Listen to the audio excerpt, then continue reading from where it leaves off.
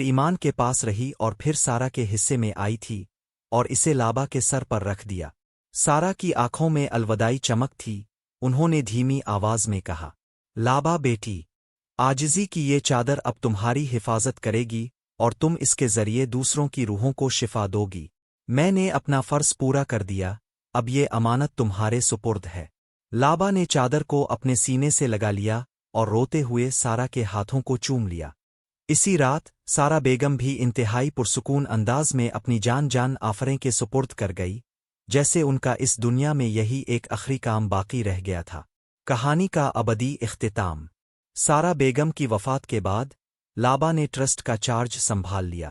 وقت بدلتا رہا، شہر کی عمارتیں بلند سے بلند تر ہوتی گئی، ٹیکنالوجی نے نئی شکلیں اختیار کر لی، لیکن شارین بیگم ویلفیئر ٹرسٹ کی دیواریں اور وہاں گونجتی عاجزی کی آوازیں ویسی ہی رہے۔ آج بھی جب کوئی نئی بھٹکی ہوئی اور مغرور لڑکی اپنے کسی فیصلے کی وجہ سے زندگی کی دلدل میں پھنستی ہے، تو اسے اس ٹرسٹ کا راستہ دکھایا جاتا ہے۔ وہاں لابا اسی کالی چادر کو اوڑھے اس کا استقبال کرتی ہے اور اسے شارین کی وہ پرانی ڈائری پڑھ کر سناتی ہے۔ یہ کہانی اب صرف ایک خاندان کے زوال اور توبہ کی داستان نہیں رہی تھی، بلکہ یہ اس ابدی سچائی کا نشان بن چکی تھی کہ انسان کا غرور جتنا بھی اونچا کیوں نہ ہو، اسے جھکنا مٹی کے سامنے ہی پڑتا ہے، اور جو وقت رہتے خدا کے سامنے جھک جاتا ہے، وقت اس کا نام ہمیشہ کے لیے امر کر دیتا ہے۔